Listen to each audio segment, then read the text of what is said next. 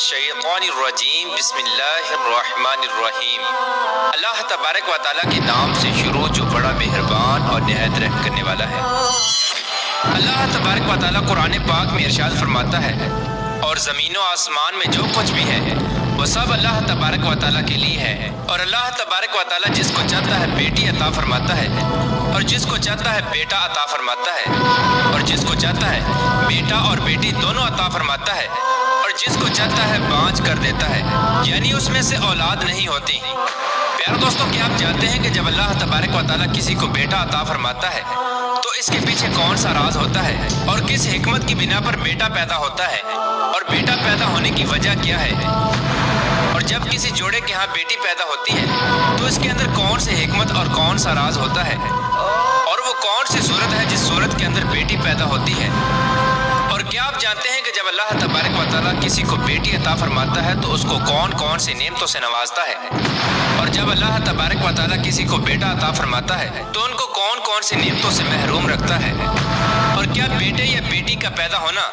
मियाँ बीवी में से किसी के इख्तियार में है। और हज़ूर पाक सल्लल्लाहु ताला अलैहि वसल्लम ने लड़का या लड़की के पैदा होने के बारे में क्या इरशाद फरमाया। प्यारे दोस्तों, इन तमाम तर सवालात के जवाबात कुरान और हदीस की रोशनी में आज की इस वीडियो में हम आपको बताएंगे। लिहाजा आपसे गुजारिश है कि हमारी इस वीडियो को एंड तक ज़रूर देखिएगा। प्यारे दोस्तों, अगर हम अपने मुआशरे में देखें तो हमें अपने इर्द गिर्द ऐसे बहुत सारे बदबख्त लोग मिल जाएंगे जिनके यहाँ जब बेटा पैदा होता है तो वो बहुत खुश होते हैं और अल्लाह तबारक व तआला का शुक्र अदा करते हैं और मिठाइयाँ तकसीम की जाती हैं और बेटे की पैदाइश पर बहुत ज़्यादा फ़ख्र महसूस किया जाता है। लेकिन इसके बरअक्स जब उन बदबख्तों के यहाँ बेटी पैदा होती है तो उस पैदा होने वाली बेटी को बुरी निगाह से देखा जाता है और बेटी का पैदा होना ऐब समझा जाता है। यही नहीं बल्कि बाज़ सूरतों के अंदर औरतों को तशद्दुद का निशान बनाया जाता है और औरतों को तरह तरह के ताने दिए जाते हैं। और वो औरत जिसने अल्लाह तबारक व तआला की रहमत को पैदा किया उसको ख़ानदान के अंदर ज़लील और रुसवा किया जाता है, जबकि उसका इसमें कोई कसूर नहीं। ये सब अल्लाह तबारक व तआला की तरफ से है, क्योंकि अल्लाह तबारक व तआला जिसको चाहता है बेटा अता फरमाता है और जिसको चाहता है बेटी अता फरमाता है। प्यारे दोस्तों, दर हकीकत ये बदबख्त लोग उस तारीकी और जुल्मत में जी रहे हैं जो आज से 1400 साल पहले थे। आज से 1400 साल पहले एक गुमराही और जहालत का दौर था जब लोग बेटी के पैदा होने को ऐब समझा करते थे और बेटी का पैदा होना बुरी बात जानी जाती थी। और माज़ अल्लाह उस जहालियत के दौर में बेटियों को जिंदा दरगोर कर दिया जाता था। उस दौर के अंदर जब किसी खानदान के अंदर बेटा पैदा होता तो उसको रख लिया जाता, और जब किसी खानदान के यहाँ बेटी पैदा होती तो उस मासूम से फूल को जिंदा दरगोर कर दिया जाता और उसे जिंदा दफन करके कत्ल कर दिया जाता। ज़माना जahलियत का ये दौर कई सालों तक चलता रहा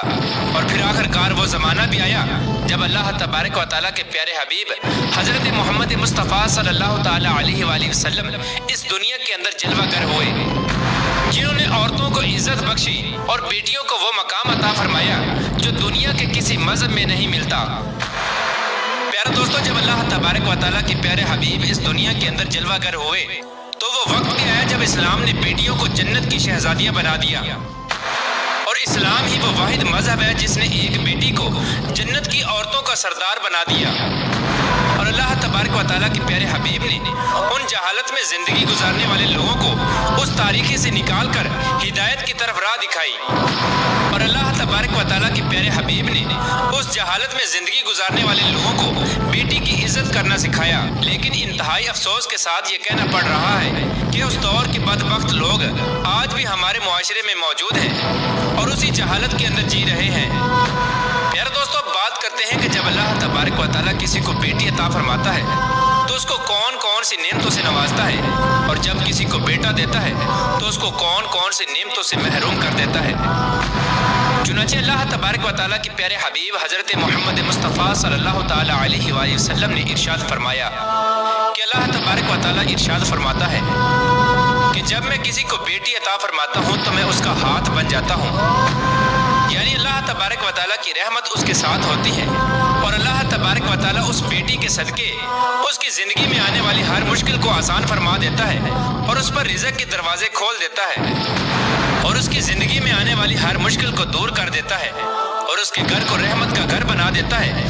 کے گھر پر اللہ تبارک و تعالیٰ کی رحمتوں کی بارش ہوتی ہے۔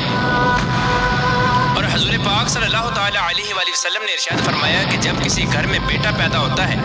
تو اللہ تبارک و تعالیٰ ارشاد فرماتا ہے کہ اے بندے، میں نے تیرا ہاتھ تجھے دے دیا۔ جیسے کہ ایک مرتبہ حضور پاک صلی اللہ تعالیٰ علیہ وآلہ وسلم کہیں پر تشریف لے جا رہے تھے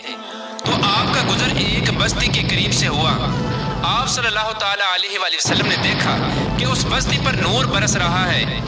جب آپ صلی اللہ تعالیٰ علیہ وآلہ وسلم اس بستی کے قریب ٹھہرے تو آپ نے صحابہ کرام سے ارشاد فرمایا، یہ جو نور اس بستی پر برس رہا ہے، یا تو اس بستی میں کسی گھر میں بیٹی کی ولادت ہوئی ہے یا کسی نے اپنے گھر میں کدو شریف کی ہانڈی پکائی ہے۔ پیارے دوستو، اس حدیث سے بخوبی اندازہ لگایا جا سکتا ہے کہ جب اللہ تبارک و تعالیٰ کسی کو بیٹی عطا فرماتا ہے تو اس گھر میں کس قدر اللہ تبارک و تعالیٰ کی رحمتوں کا نزول ہوتا ہے۔ پیارے دوستو، اب بات کرتے ہیں اس حکمت کے بارے میں جس کے بارے میں آج سے 1400 سال پہلے حضور پاک صلی اللہ تعالیٰ علیہ وآلہ وسلم نے ارشاد فرمایا کہ جب کسی کے ہاں بیٹا پیدا ہوتا ہے تو بیٹے کے پیدا ہونے کے پیچھے وجہ کیا ہوتی ہے اور کس حکمت کے تحت بیٹا پیدا ہوتا ہے، اور جب کسی کے ہاں بیٹی پیدا ہوتی ہے تو کس حکمت کے تحت بیٹی پیدا ہوتی ہے، اور وہ کون سی ایسی صورتیں ہیں جس کی وجہ سے بیٹی یا بیٹا پیدا ہوتا ہے۔ چنانچہ روایات میں آتا ہے کہ حضور پاک صلی اللہ تعالیٰ علیہ وآلہ وسلم کی خدمت اقدس میں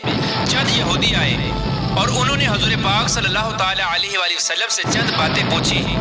ان یہودیوں نے حضور پاک صلی اللہ تعالیٰ علیہ وآلہ وسلم کی بارگاہ میں عرض کی